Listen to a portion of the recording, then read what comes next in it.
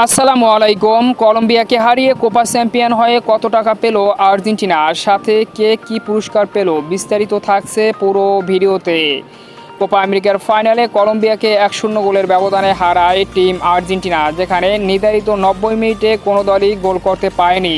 অতিরিক্ত সময়ের 152 মিনিটে ডিপল লাউতারো মার্টিনেসের ম্যাজিক্যাল গোলে এগিয়ে যায় আর্জেন্টিনা এবং কলম্বিয়াকে হারিয়ে রেকর্ড 16তম কোপা আমেরিকা চ্যাম্পিয়ন হয় টিম আর্জেন্টিনা।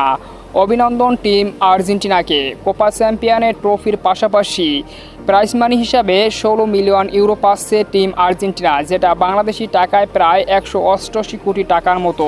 তবে সব মিলিয়ে আর্জেন্টিনা 212 কোটি টাকা পাচ্ছে এবারের কোপা আমেরিকা থেকে। পাশাপাশি ব্যক্তিগত পুরস্কার হিসাবে সেরা গোলদাতা হয়েছেন Argentine goal machine Lautaro Martinez, এবারের কোপা আমেরিকায় করেছিলেন 5টি গোল।